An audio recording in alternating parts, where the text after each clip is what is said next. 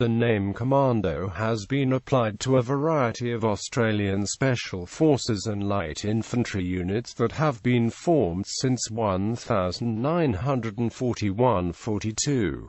The first Australian commando units were formed during the Second World War, where they mainly performed reconnaissance and long-range patrol roles during Australia's campaigns in New Guinea and Borneo, although other units such as M&Z special units performed more clandestine roles. These units were disbanded following the end of the war. However, in the 1950s it was realized that there was a need for such units again in the Australian forces. Today, the Australian Army possesses a number of units that perform more conventional direct action type commando roles, as well as counter-terrorism response, long-range patrolling, and clandestine deep penetration operations. History: Second World War. During the Second World War, the Australian Army raised a number of units that were designated as carrying out commando-type operations. The first of these units were the independent companies, which were raised over a period of 12 months between 1941 and 1942.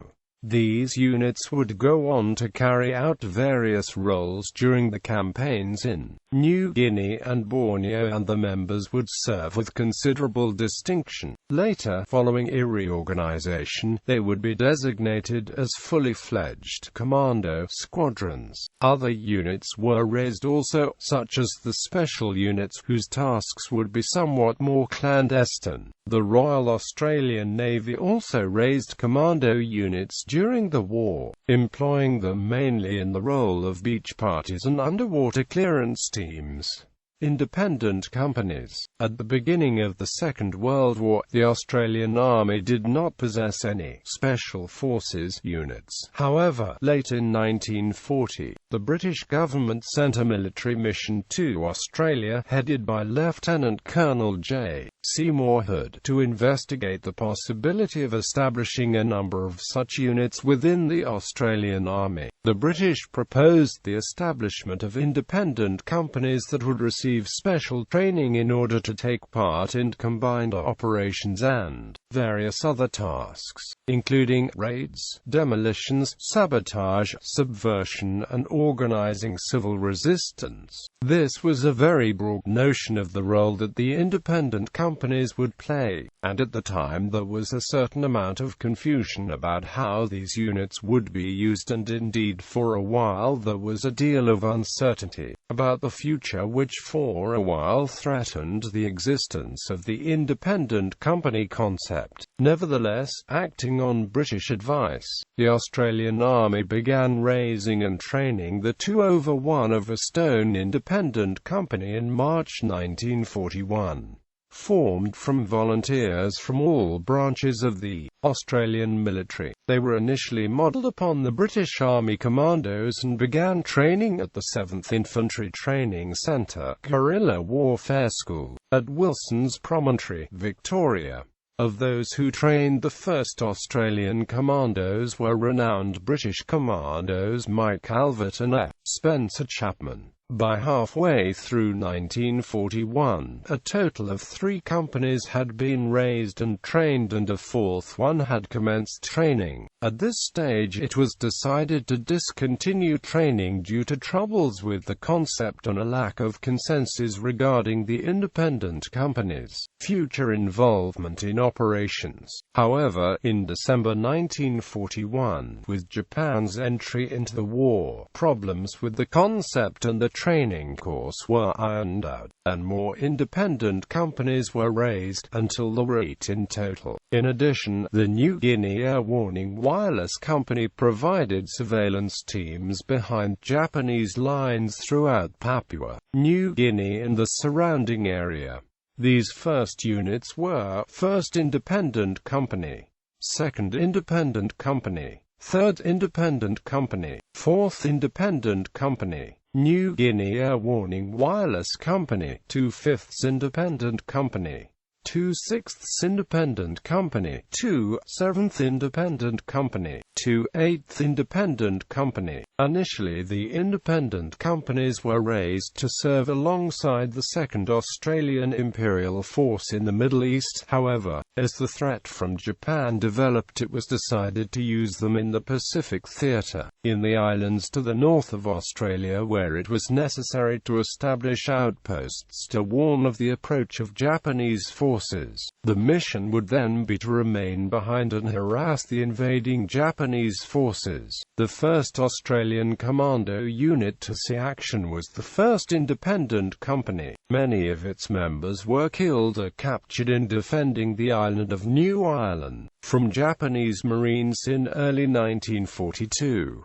Other detachments of the company served on Bougainville, Manus Island, and Toulungi. A composite platoon was later sent to war in March 1942, eventually becoming part of Kanga Force. The 2nd Independent Company performed with considerable success during the Timor Campaign of 1942–43, conducting a guerrilla-style campaign and occupying the attention of an entire Imperial Japanese Army division for almost 12 months. On return, the 2nd Independent Company was redesignated as the 2 Halves Independent Company, and then later the 2nd Commando Squadron, and was one of only 2 of the original independent companies to remain operationally independent, outside the regimental structure. By the end of the war, the 2nd Commando Squadron could claim to have spent longer in contact with the enemy than any other unit of the Australian Army, and indeed their success was later used as a model of SHASH training. Other companies' squadrons served in other parts of New Guinea and the Dutch East Indies, also serving with considerable distinction, mainly performing roles such as long-range reconnaissance, intelligence gathering and flank protection, but also occasionally being called upon to perform more traditional infantry roles.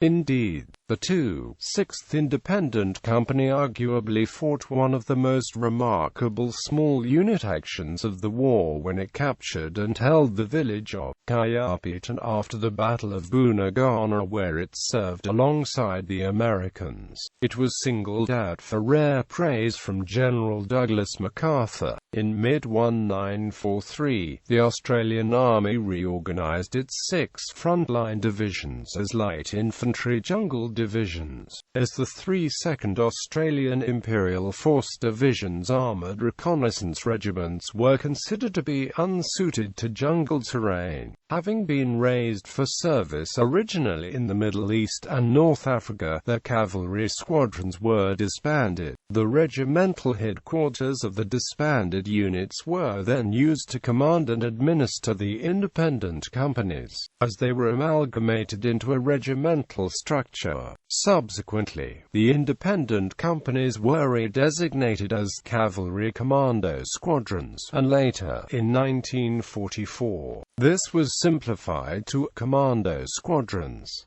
As a part of this reorganization, the following regiments were formed: 2 6th Cavalry Commando Regiment, 2 7th Commando Squadron, 2 9th Commando Squadron, 2 10th Commando Squadron, 2 7th Cavalry Commando Regiment, 2 3rd Road Commando Squadron, 2 5th Commando Squadron, 2 6th Commando Squadron, 2 9th Cavalry Commando Regiment, 2 4th Commando Squadron, 2 11th Commando Squadron, 2 12th Commando Squadron. In the last year of the war, the 11 commando squadrons fought in Borneo, New Guinea and Bougainville. During these campaigns they were largely used in more traditional infantry roles, mainly performing tasks that could arguably have been successfully undertaken by normal infantry units, although they undoubtedly performed performed these roles with considerable distinction. There were those within the Australian Army High Command that felt that this proved the traditional argument against irregular warfare-type units, and arguably this led to further ambivalence, even resistance, in the Australian Army High Command towards so-called Special Forces, which was later to hinder the formation of other such units after the war. M&Z Special Units. With the outbreak of war in the Pacific, two multinational combined forces commando units were formed as part of the Allied Intelligence Bureau, attached to its Special Operations Australia branch.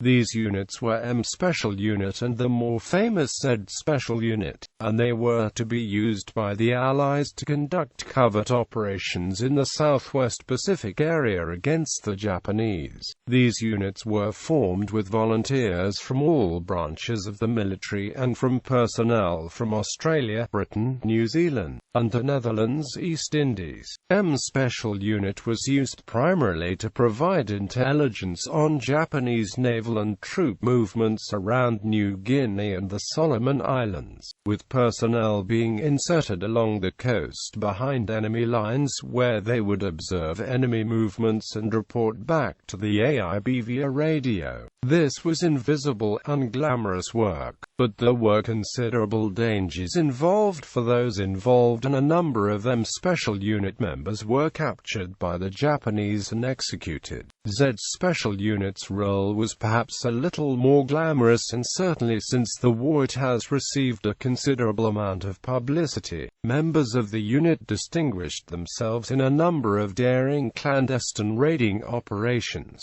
although some of these met with unlimited success, or failed completely. During Operation Jaywick, members of the unit posed as an Asian fishing boat crew in order to infiltrate Singapore Harbour, where it successfully mined and destroyed 7 Japanese ships, amounting to 35,000 tons, in September 1943.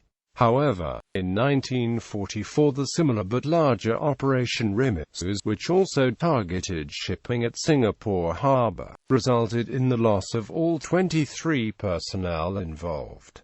Beach Commandos. Later in the war, the Royal Australian Navy also formed a number of commando units. These units were used to go ashore with the first waves of major amphibious assaults, to mark out and signpost the beaches, and to carry out other naval tasks. These units were known as Beach Commandos, and they took part in the Borneo campaign, being used in the landings at Tarakan, Balikpapan and Brunei and Labuan. Post-Second World War. After the war, the existing commando units were disbanded as the focus of Australian defence planning returned to the old concept of supplying troops under Commonwealth defence arrangements. In 1955, following a liaison visit to Malaya by Lieutenant General Sir Henry Wells, the need to preserve the skills possessed by the Second World War units was realised as it became clearer that there was a role for Australian Special Forces within the Southeast Asian region. However, financial constraints and possibly an institutional phobia of Special Forces limited the commitment that the Australian Army could make to the concept, and consequently, it was decided that any such units raised would have to be drawn from the citizens' military force, as the Army Reserve was known at the time.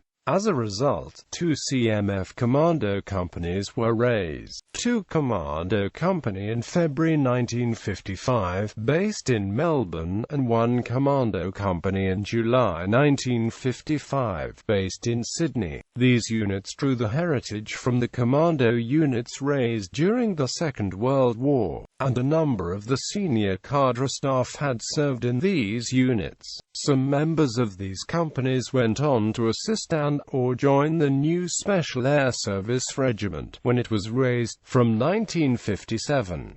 However, The commando units retained a separate identity, with an emphasis on raiding and larger offensive operations, rather than the special reconnaissance and surgical strike role that was a classic function of SHASH units. In February 1981, it was decided to unite the two commando companies under a single headquarters unit. As a result, one commando regiment was formed at Randwick, and SW to oversee the two reserve companies, although two COI remained in Melbourne. In addition, 126th Signal Squadron, based in Melbourne, was incorporated to provide long-range communications support. A regular light infantry unit, 4th Battalion, Royal Australian Regiment, was converted into a commando role in 1996, in order to provide a full-time commando capability within the regular army.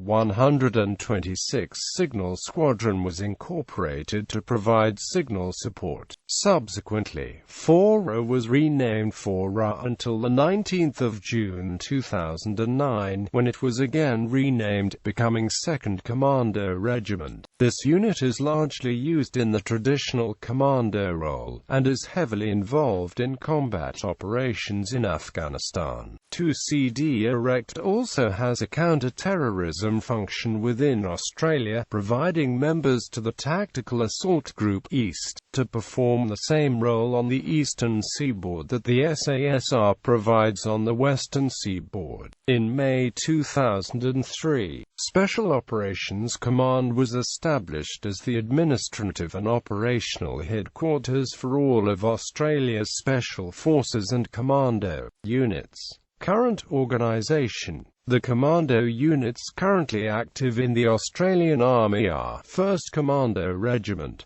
2nd Commando Regiment. Australian commandos have recently been employed on operations in a number of theatres, including Bougainville, East Timor, Iraq, Afghanistan and the Solomon Islands.